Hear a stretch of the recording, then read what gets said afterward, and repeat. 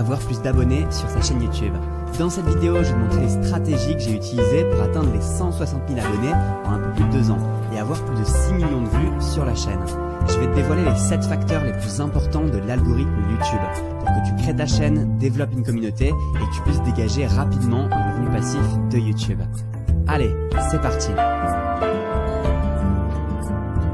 Numéro 1, le titre. C'est la métadonnée la plus importante d'une vidéo. Et c'est tellement important que je prends parfois plus de 30 minutes seulement pour choisir le bon titre. Mais un bon titre, qu'est-ce que c'est? C'est un titre intriguant qui va jouer sur le mystère et qui va donner aux gens l'envie d'en savoir plus. Tu peux aussi jouer sur d'autres émotions plus négatives comme la peur. Une chose primordiale pour le titre, c'est qu'il compte aussi pour le référencement. Et étant donné que YouTube est le deuxième moteur de recherche le plus utilisé sur Internet, ça a toute son importance. D'ailleurs, même une personne qui fait une recherche sur le premier moteur de recherche, Google, peut aussi tomber sur ta vidéo. Car YouTube, c'est aussi Google. Ça peut donc aussi valoir le coup de simplement choisir un titre basé sur le référencement. Par exemple, comment devenir plus productif ou comment avoir plus d'abonnés sur YouTube. Ça, ce sont des questions que les gens peuvent se poser et qu'ils peuvent taper sur un moteur de recherche.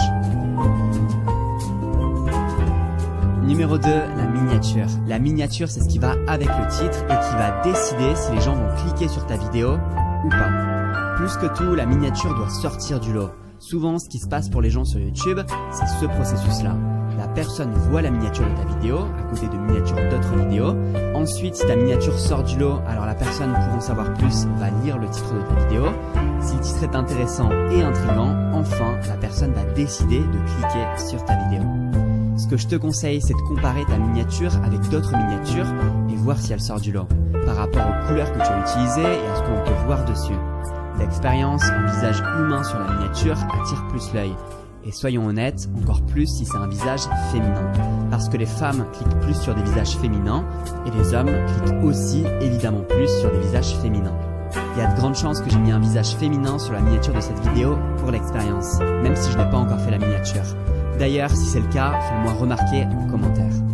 Autre chose, si tu écris du texte sur ta miniature, c'est important de ne pas dépasser 7 mots, sinon il devient très difficile de pouvoir lire ce qui est écrit, notamment si ta vidéo est recommandée au petit à droite d'une autre vidéo.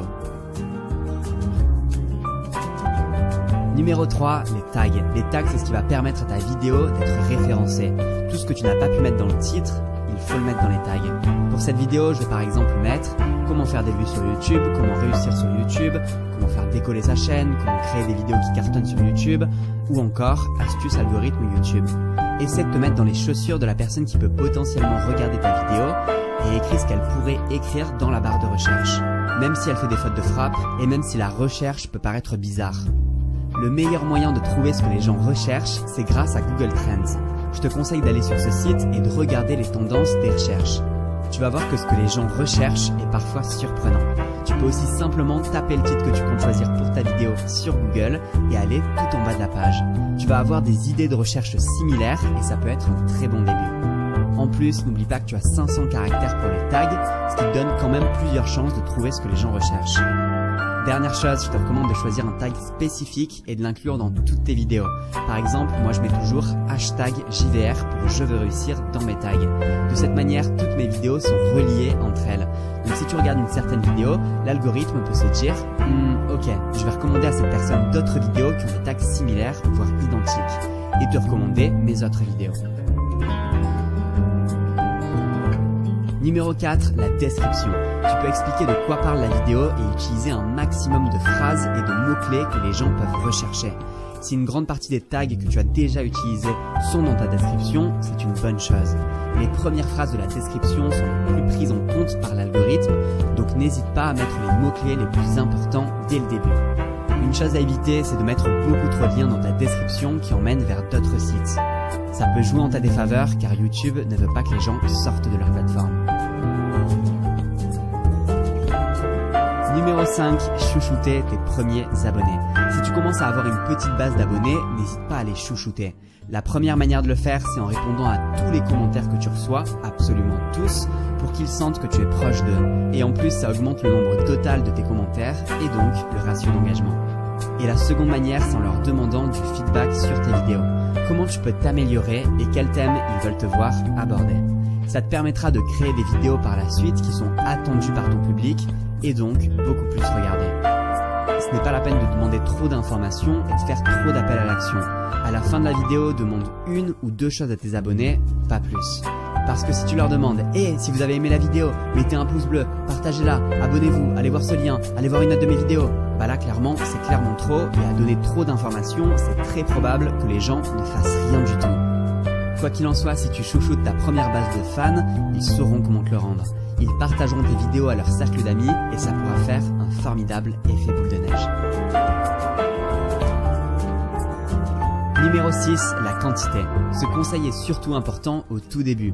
Quand tu crées ta chaîne, YouTube ne sait pas encore si tu es seulement une personne qui va faire 1 ou 2 vidéos et arrêter, ou alors si tu vas être un vrai créateur de contenu sur le long terme. Et tant que l'algorithme ne le sait pas, il ne va pas forcément te mettre en avant. En publiant pas mal de vidéos au début, ça permet à YouTube de comprendre qu'il peut faire confiance à ta chaîne et investir en toi, en te donnant du trafic, des vues et des abonnés. Si tu viens de créer ta chaîne, publie le plus souvent que tu puisses. À partir d'un moment, ce facteur devient beaucoup moins important, notamment quand ta chaîne est bien installée sur la plateforme.